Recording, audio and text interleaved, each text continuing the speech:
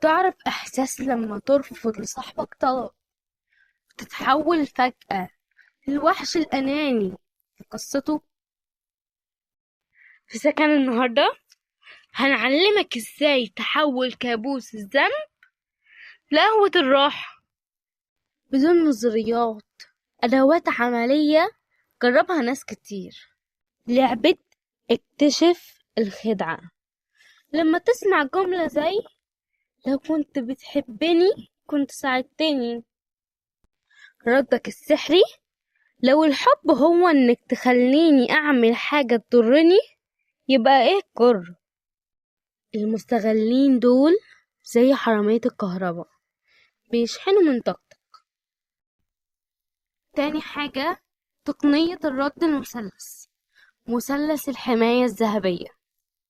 اعتراف بظروف، فهم ذاتك، حدودك، بس أنا عندي كذا بديل لو عايز أساعدك في كذا. مثلا فاهم إنك متضايق، بس النهاردة عندي دكتور أقدر أبحثلك عن مطعم نظيف. تالت حاجة، سلاح تأجيل الصاعقة.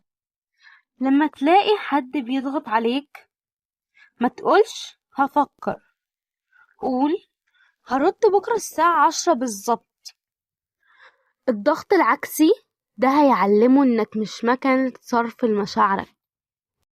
لو مهتم تعرف أكتر عن العلاقات اشترك عشان الفيديو الجاي صدمة. ازاي تعرف ان الضحية من غير ما تحس، ودوس على الجرس عشان ما يفوتكش الحلقات الجاية. وخليك فاكر اللي بيحبك مش هيحطمك عشان يبني نفسه. مش كل طلب يستحق التلبية، ومش كل شخص يستحق التعب.